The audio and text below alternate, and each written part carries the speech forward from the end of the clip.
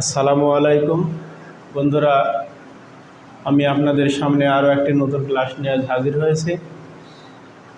আজকের আমার আলোচ্য বিষয় আইডেন্টিফিকেশন অফ নাউন ক্লজ, অর্থাৎ আমরা নাউন ক্লজ কীভাবে সেন্টেন্স থেকে চিহ্নিত করব সে বিষয় নিয়ে আলোচনা করব।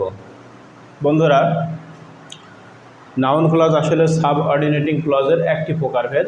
সাবঅর্ডিনেটিং ক্লজ হলো তিন প্রকার: নাউন ক্লজ, অ্যাডজেক্টিভ ক্লজ এবং adverbial clause.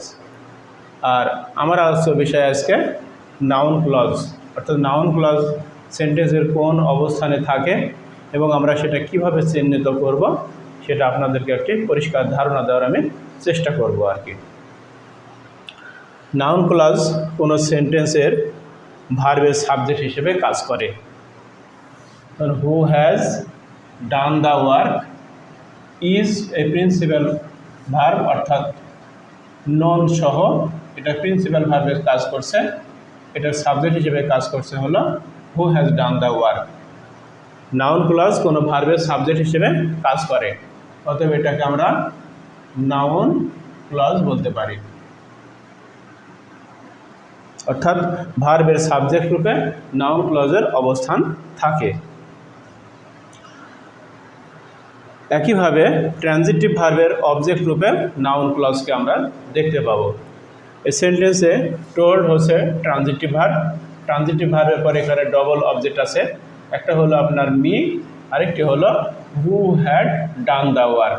Who had done the work এটা হচ্ছে নাউন ক্লজ, কারণ এটা হলো ট্রানজিটিভ ভার্বের অবজেক্ট হিসেবে বসেছে। তাহলে ভার্বের অবজেক্ট রূপে আমরা নাউন ক্লজ পেতে পারি। এখানে যদি আমরা প্রশ্ন করি, হি টোল্ড মি, সে আমাকে বলেছিল, এবং সে কি বলেছিল, কি দ্বারা প্রশ্ন করলে নাউন ক্লজ পাওয়া যাবে। অথবা আপনারা এখানে এই ক্লজটা বাদ দিয়ে যদি ইট লেখেন, লিখেন, তাহলে ইট দ্বারা কিন্তু ক্লজটা রিপ্লেস হয়ে যাবে।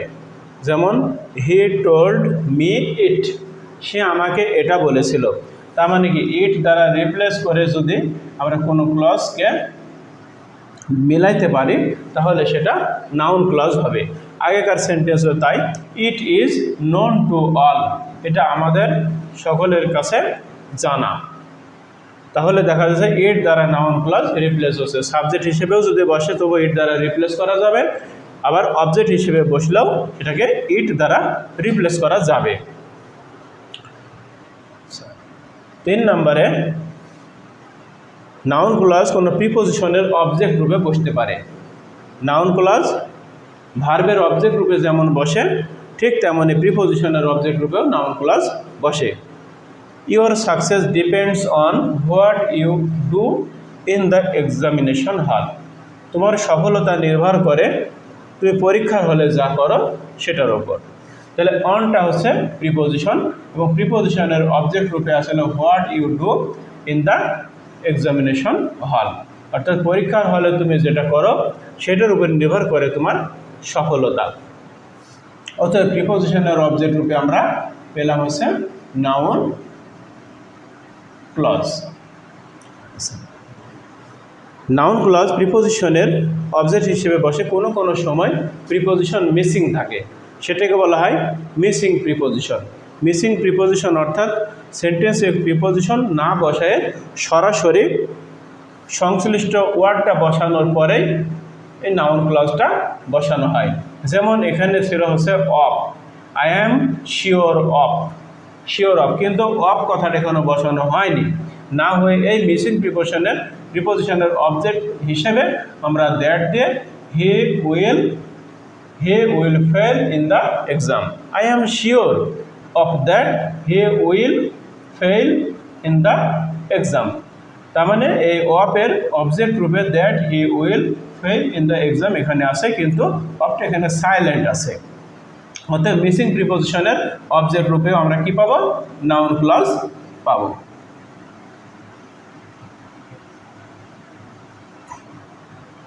আচ্ছা, কোনো নাউন বা প্রোনাউনের অ্যাপোজিশন রূপেও আমরা নাউন ক্লজ পেতে পারি। নাউন ক্লজ কোনো নাউন বা প্রোনাউনের অ্যাপোজিশন রূপেও আমরা কি নাউন ক্লজ পেতে পারি। তবে এখানে একটু লক্ষণীয় বিষয়, এই অ্যাপোজিশনটা স্টুডেন্টরা সাধারণত অ্যাডজেক্টিভ ক্লজ এবং নাউন ক্লজের মধ্যে কিছুটা মিক্সচার করে ফেলে। যেহেতু পূর্বে নাউন থাকার কারণে অনেকেই মনে করে যে এই ক্লজটা হয়তো অ্যাডজেক্টিভ ক্লজ হয়ে যাবে, কিন্তু না। যেহেতু পূর্বের নাউনের ব্যাখ্যা যদি কোনো ক্লজের মাধ্যমে পূর্বের নাউনের যদি পূর্ণাঙ্গ ব্যাখ্যা দেওয়া হয়, পূর্বের নাউনটা যদি অস্পষ্ট অজানা কারো কাছে থাকে, তাহলে ওইটা নিয়ে যদি পরবর্তী ক্লজে তার ব্যাখ্যা দেওয়া হয় তখন সেটা নাউন ক্লজ হয়ে যায়। অর্থাৎ পূর্ববর্তী নাউনের ব্যাখ্যাটাই হচ্ছে অ্যাপোজিশন। তাহলে উই নো দ্য নিউজ, আমরা খবরটা জানি, কিন্তু কি খবর এটা কিন্তু আমরা এখনো পরিষ্কার না। যদি বলি দ্যাট হি হ্যাজ ডাইড, সে মারা গেছে, এই মারা যাওয়াটাই হচ্ছে খবর। তাহলে এই খবরের ব্যাখ্যাটা হলো হি হ্যাজ ডাইড। তাই এটাকে অ্যাডজেক্টিভ ক্লজ না বলে আমাদেরকে নাউন ক্লজ বলতে হবে। এই নাউন ক্লজটা পূর্ববর্তী দ্য নিউজ এই নাউনের অ্যাপোজিশন রূপে বসছে। বন্ধুরা মনে রাখতে হবে, অ্যাপোজিশনটা হলো পূর্ববর্তী নাউনের পূর্ণাঙ্গ ব্যাখ্যা, যেটার মাধ্যমে ওই নাউনটা সম্পর্কে ক্লিয়ার ধারণা পাওয়া যায়। ঠিক আছে বন্ধুরা, আজকে আপনাদেরকে নাউন ক্লজ সম্পর্কে আমি সাধ্যমতো চেষ্টা করলাম একটা পূর্ণাঙ্গ ধারণা দেওয়ার। আপনারা যদি এই পজিশনগুলা মনে রাখতে পারেন তাহলে নাউন ক্লজ আপনাদের জন্য চিহ্নিত করা অনেক সহজতর হয়ে যাবে। আপনারা এ ধরনের ক্লাস পেতে চাইলে আমাকে অনুপ্রেরণা দেওয়ার উদ্দেশ্যেই আপনারা যদি আমার চ্যানেলটি সাবস্ক্রাইব করেন তাহলে হয়তো আমি নতুন করে আরও অনুপ্রেরণা পাবো নতুন কোনো ক্লাস নিয়ে আপনাদের সামনে উপস্থিত হওয়ার। সে পর্যন্ত ভালো থাকবেন, সুস্থ থাকবেন। আসসালামু আলাইকুম।